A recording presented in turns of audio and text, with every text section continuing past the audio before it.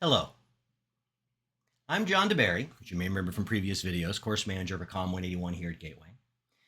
And today we're going to be talking about something that I hope gives you some peace of mind. Because I have pretty much no bones about the fact that public speaking is probably one of the most feared classes on any college campus. I understand this, and any public speaking teacher worth his or her salt also understands this. So what I want to do today is to tell you something that you might have a hard time at least believing at first, and that is you already possess several of the skills needed to be an effective public speaker. And I know this for a fact. And I know this because one, you can talk, and two, because you're not an infant. Growing up to the age you're at, you have just through life develop some of these very important skills for public speaking. And that is because there are lots of similarities between public speaking and everyday conversation. You just got to remember what these are and remember to apply them during your speeches. Now, to be fair, there's also some distinct differences, and we'll talk about those as well. So let's go ahead and talk about these similarities and differences between everyday conversation and public speaking, and what you need to do in order to make them effective in your speeches. So as I said before, everyday conversation and public speaking, they have some differences, but they also have a lot of similarities. And these similarities are important to remember because one, these are skills you already have. Okay, we don't have to start from scratch in learning about how to speak effectively in front of people because you already know how to do these things. You just have to remember to apply them in a public speaking situation. And what are these things? Well, first and foremost, in everyday conversation, as well as in public speaking, in both situations, you organize your thoughts logically, or at least you try to. You ever been trying to explain something to somebody, like how to do something or directions to get somewhere, and it becomes obvious to you that they're not getting it? Okay. What do you do? Do you just go, no, not my problem? No, you try to think of a way to explain it in a better way. If you're going to give somebody directions, you don't start from the last step and work your way forward. You tell your thoughts, tell your process, whatever, in a way that makes logical, coherent sense. We do this all the time in everyday conversation. We just have to remember to also apply it in the public speaking context. Another similarity between the two is that in everyday conversation, as well as in public speaking, you tailor your message to your audience. Now, you might not have thought about this before, but for example, I don't know any of you all personally, but let's say you have a little kid, maybe a little niece, nephew, brother, sister, whatever. I'm talking like 3, 4 years old, and they come up to you and they're like, "Hi, Uncle Aunt so-and-so. I have a question. Why is the sky blue?" What are you going to tell them? Little kid asks you, "Why is the sky blue?" What are you going to tell them? Now, are you going to go into the deal about the light spectrum and the ionosphere and the stratosphere and the different particles of light and refractal patterns and all that? No, they're going to listen to 3 seconds of that, get lost, and just go, "Okay, I go watch Paw Patrol now," and walk off. That's not going to work. You'll probably say, and these are all examples I've had in class when I've asked this question, you say things like, "Because it's happy." Because maybe, God made it that way. Or, "Well, you know how water's blue and how it rains? So there's water in the sky, and that's why it's blue." Those will work for a 2 or 3-year-old. That's not going to work for a college class in meteorology, but it'll work for a 2 or 3-year-old. You ever know, like, for example, you want to ask your parents for permission for something, and so you rehearse kind of ahead of time thinking about what's the best way to ask it, like ask that question, what are they likely to say, and you kind of think about what's the best way to go about it. You're tailoring your message to your audience. Something you already know how to do, have experience knowing what to do. You just have to apply it in a speech. Our third similarity is that in everyday conversation, as well as in public speaking, when we tell stories, we tell them for maximum impact. You don't just give the stuff in bullet points. Like if you were walking down the mall and your favorite musician of all time comes walking out of a store, assuming your favorite musician is alive. If they're dead, then we're in zombie territory, and that's a totally different thing. But they're alive and they walk out of a store. and you see them kind of, you wave, and they look at you, wave back, come over, let you take a selfie, give you an autograph, and they go about their way, you're more than likely, you're not going to call up your best friend and be like, dude, yeah, man, I just met Dave Matthews. It was pretty cool. I'll talk to you later. Bye. No, you're going to be like, oh my God. And you're going to spend 45 minutes going over every micro detail of what was probably a minute, 2-minute tops interaction. You're telling a story for maximum impact. That's something we already know how to do. You just have to apply it in public speaking. And then lastly, we kind of hinted at this earlier, in everyday conversation as well as in public speaking, you adapt to feedback. When you are explaining something to somebody, this goes with logically tailoring your thoughts as well. And it's obvious they don't get it. You just go, not my problem, and just keep on going. No, you typically think about, okay, how do I explain this different?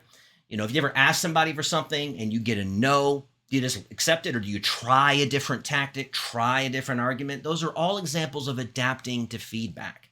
Again, something you already know how to do. You know the language here. You just have to apply it in public speaking. So these are 4 critical skills that you need to have in order to be an effective public speaker, and you already know how to do them.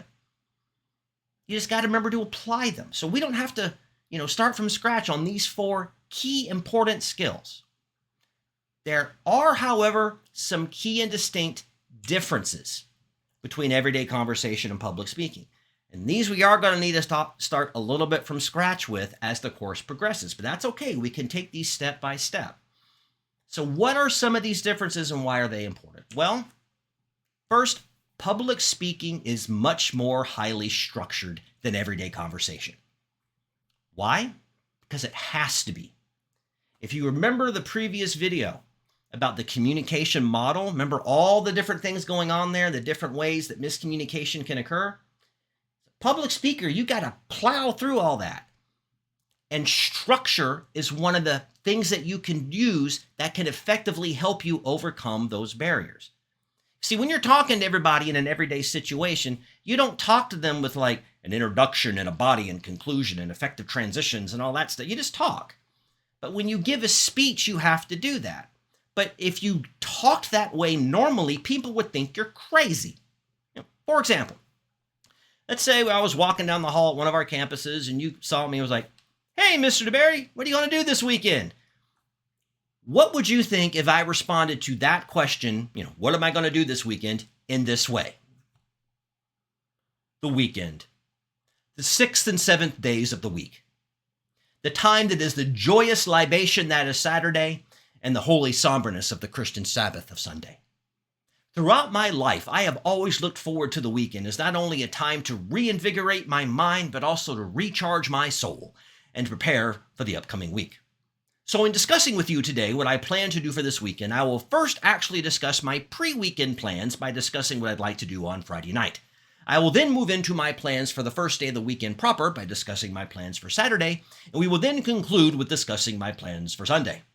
So let's begin our conversation by talking about my plans for Friday night.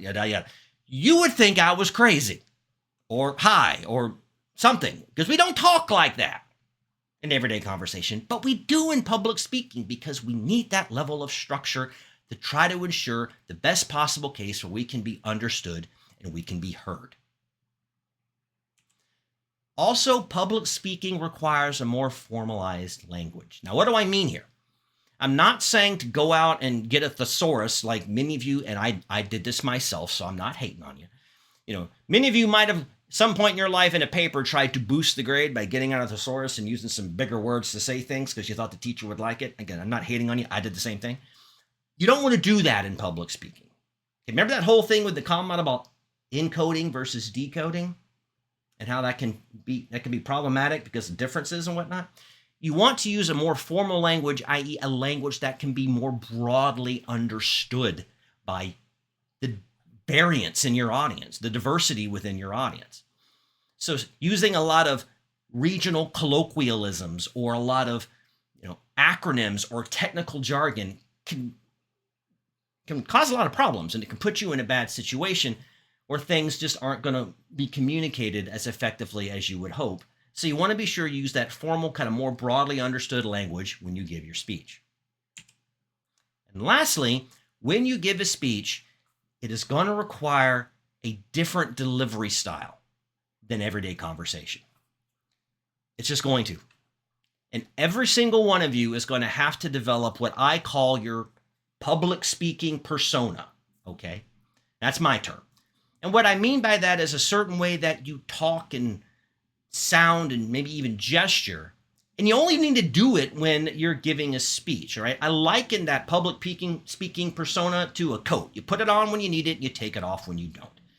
And what might be in your different delivery? Well, very common, 9 out of 10 times with students. You're going to have to talk louder than you normally talk. Now, in an online situation recorded when you have a microphone, that's going to be a bit different. But in an actual face-to-face situation, like a classroom or boardroom, you're going to need to speak louder than you normally talk so people can hear you effectively. You might be an individual that has a tendency when you speak to kind of move a lot. You're going to need to calm that down a bit so it's not distracting. Maybe you're a person that hardly ever talks with your hands. You're going to need to make yourself use gestures because they are important in enhancing your message. Maybe you're somebody, and I have this issue, that tends to talk with our hands a lot. Well, we need to learn to calm down or we look like somebody trying to land a jet on a 747 or something. All right? Sorry, land a jet on an aircraft carrier is what I meant, sorry. So you're going to have to develop those skills. And I'm not asking you to change how you talk all the time, just in a public speaking situation. And what you need to do when we get to the chapters and the subjects dealing with delivery, we'll talk about things you need to think about. But these are some of the big differences that you need to look at. So where does that leave us? Well, I hope you have a better understanding of the similarities and differences between public speaking. Yes, there's some skills that we have to start from scratch on, but there's a lot of very important ones that you already know how to do. You just got to apply them within this context.